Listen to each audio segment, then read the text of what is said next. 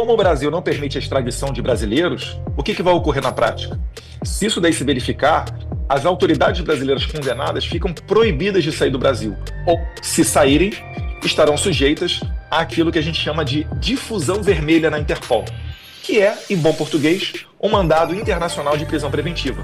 Então, como vocês já viram políticos que não podiam sair do país, etc., talvez isso vire a realidade de Fábio Chor, de Alexandre de Moraes, né, de outras pessoas, de juiz André Vieira, de juiz Marco Antônio. E por isso que você está vendo, inclusive, essa debandada de juízes do entorno de Moraes. Sejam bem-vindos, o meu nome é Bruno, deixe o seu like e inscreva-se no canal.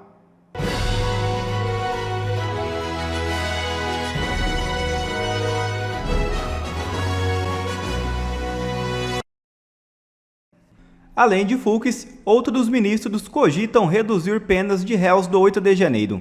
É isso mesmo. Não é apenas o ministro Luiz Fux que está incomodado no Supremo Tribunal Federal com as penas altas impostas aos condenados pelos ataques do 8 de janeiro, sob a influência de Alexandre de Moraes. Outros integrantes da corte têm revelado internamente e nos bastidores que estariam dispostos a rediscutir o tamanho da punição, mas para isso seria necessário que os casos deixassem a primeira turma, dominada por Moraes, e retornassem ao plenário, onde as primeiras ações foram julgadas. O clamor popular e a pressão parlamentar em torno do caso de Débora surtiram algum efeito. Após a manifestação de Fux para rever a dosimetria, o Procurador-Geral da República, Paulo Gonet, alinhado a Moraes, pediu que ela fosse à prisão domiciliar, e o pedido foi rapidamente aceito pelo ministro.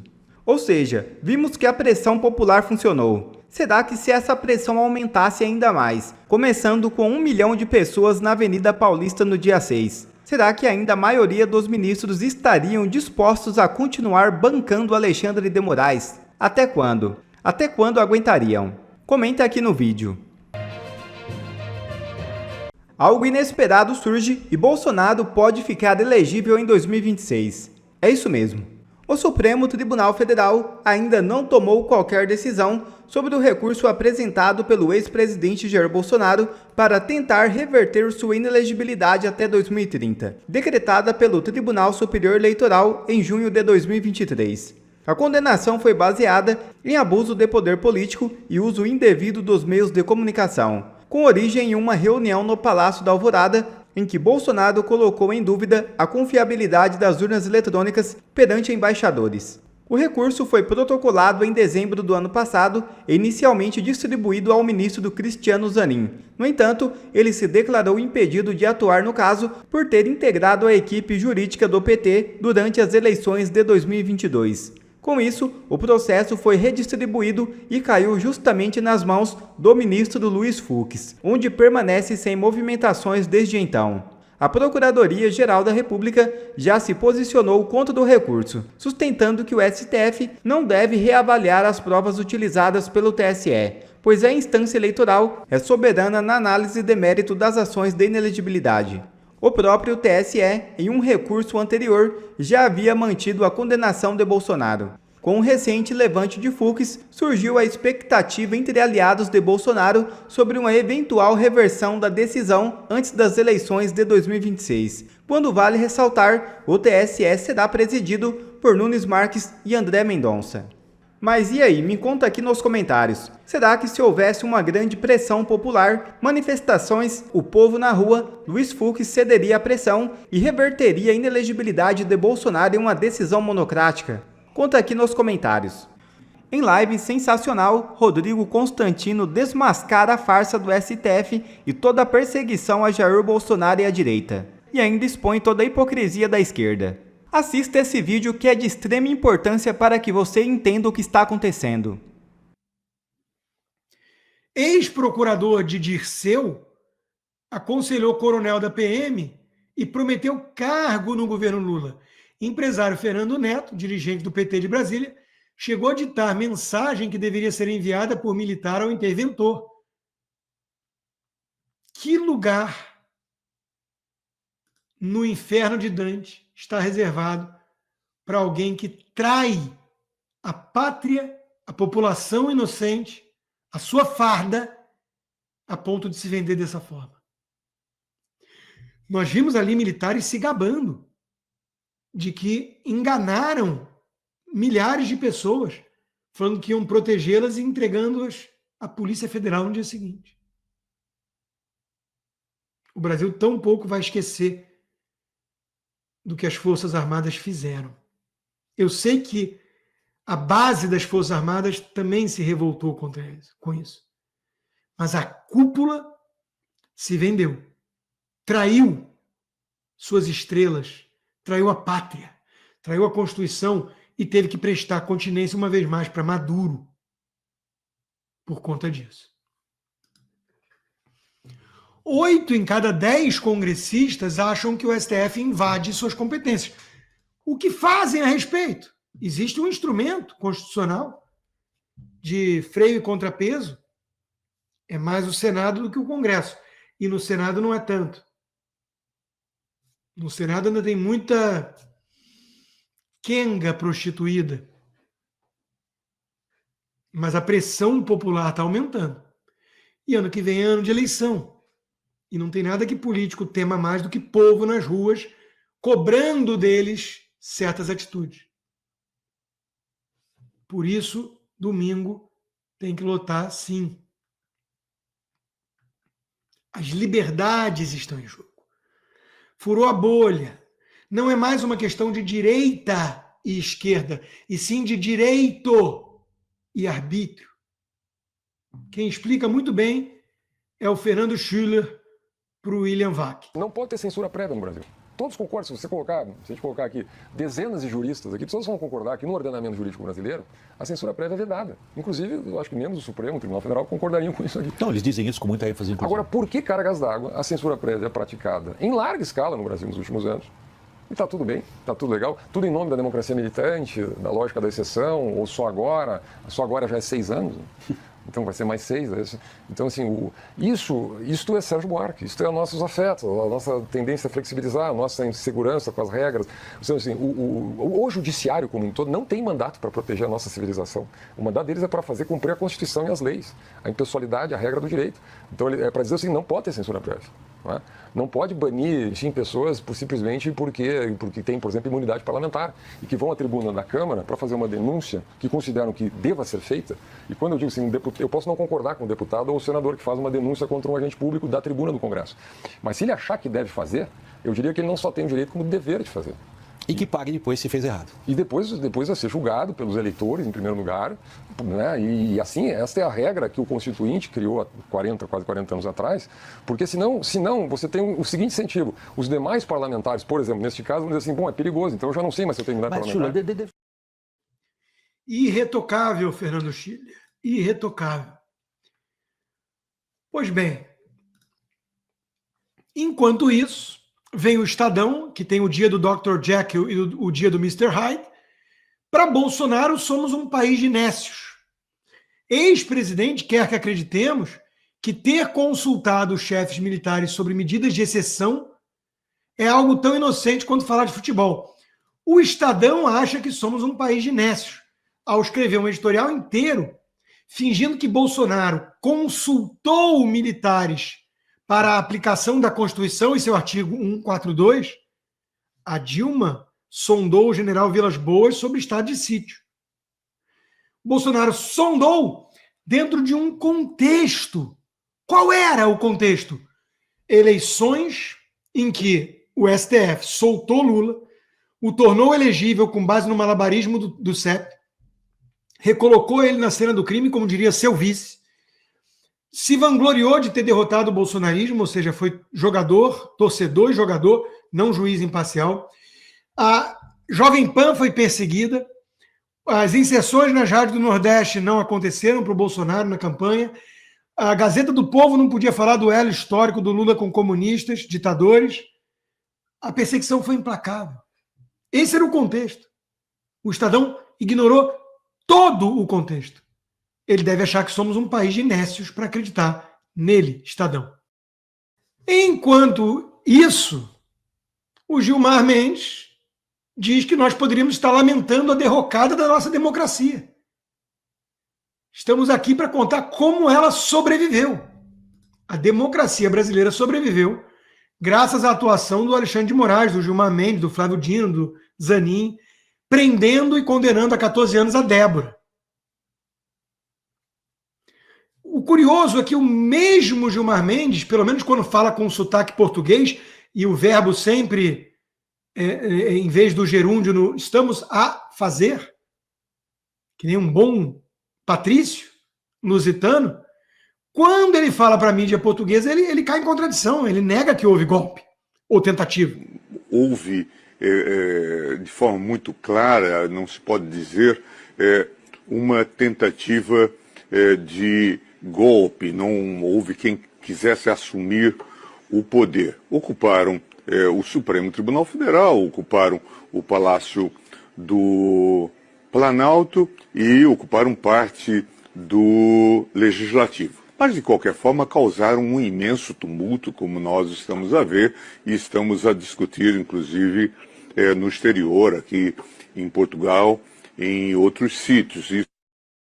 Estamos a ver, estamos a discutir aqui em Portugal, onde ele vive, tem muita influência, em outros sítios. Sítio não é onde o sujeito planta lá meia dúzia de pé de alface. Sítio são lugares, em português de Portugal. Que ele sinto falta raposo e um sotaque. Isso não é novo, mas o Gilmar Mendes nega que houve tentativa de golpe, com hierarquia de comando. Mas nada disso vai ser levado em conta no julgamento, que não é julgamento, é justiçamento, 100% político. E a democracia foi salva, alegam os ministros do Supremo e a turma da Globo. Esse Supremo Tribunal Federal é que está salvando a nossa democracia. Várzea é pouco, é um boteco supremo, é um botequim da esquina, e nós temos que levar a sério essa gente. Alexandre Moraes, André Mendonça, Luiz Roberto Barroso, Gilmar, Carmen Lúcia e Nunes Marques. 7 votos. E eu que aderi agora. Não, mas nem precisava, né? Mas já estava 7-4. E agora o ministro Flávio reajustou o voto para acompanhar essa posição. Tinha necessidade. Deixou-me sozinho, eu que o havia acompanhado, mas fico na boa companhia do ministro Toffoli vencido, porque entendo que a lei estadual pode estabelecer patamar protetivo maior do que a lei federal. Eu concordo com Vossa Excelência, mas em vez de diferença... tem que votar com o ministro Barroso, senão ele chora. Então... Olha a diferença. Olha, eu tenho tanta coisa mais grave para chorar, ministro Flávio. Vencidos os ministros Dias Toffoli. Já que não vai fazer falta para a maioria, então eu vou manter... porque é o presidente, o futuro Flávio, presidente. Era a exceção, né? Mas porque metamorfose ambulante, me ponha como vencido. Vencidos os ministros Dias Toffoli, Luiz Edson Fachin. Pronto. E Flávio. Viu, ministro Fachin? Veja, sua demonstração funcionou. Havia necessidade de somar, né? Gratíssimo. Por conta do bigode. A força.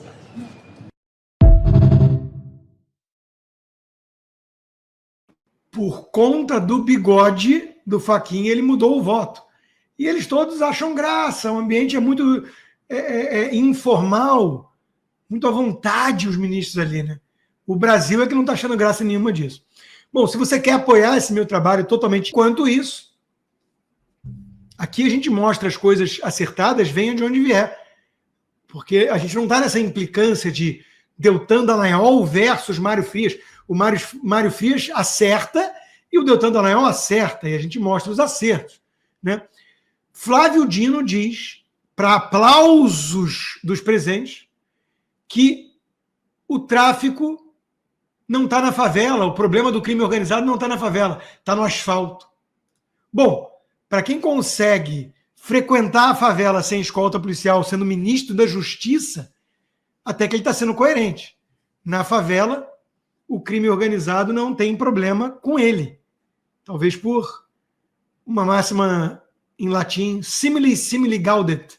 Os semelhantes regozijam-se entre si, não é mesmo? É óbvio, meus amigos, que o Brasil já virou um narco-estado, que o crime organizado já chegou até o último andar do Poder Judiciário. Isso está muito claro. Gonei e Moraes sinalizam disposição de diminuir a tensão com a direita. Eu já falei sobre isso. Boa sorte. Acho que vocês vão ter que fazer muito mais coisa no saco de bondades do que vocês estão fazendo. Enquanto isso, coisas estranhas estão acontecendo. Os juízes deixam o gabinete de Moraes, incluindo aquele juiz auxiliar que tentou pegar coisa comprometedora da Oeste e não conseguiu, e a ordem de quem está cismado é usar a criatividade. E por falar num dos jagunços, o talha-ferro, Polícia Federal investigou até diálogo do ex-assessor de Moraes com o seu advogado, ou seja, realmente o Brasil está dividido em dois. Se você faz parte da patota, do esquema, você está protegido até a última medula. Pode ser o rachadones. Nada vai acontecer com você. Se você ousar criticá-los, denunciá-los, ou alguma coisa assim, não existe nenhuma garantia para você de prerrogativa jurídica, nem dos garantistas do grupo Prerrogativas, é um grupo petista, que são os garantistas que protegem todos os marginais, traficantes e homicidas do país. Mas a Débora não. O talha-ferro se voltou contra o chefe, destrói ele. O caseiro Francinildo contra o Toffoli, não, o Palocci, lembram dele? Destrói a vida do cara. O Brasil do Botequim Supremo, nesse país, manda quem pode, obedece quem tem juízo. Se você for contra, você vai ter todo o peso do sistema em cima de você.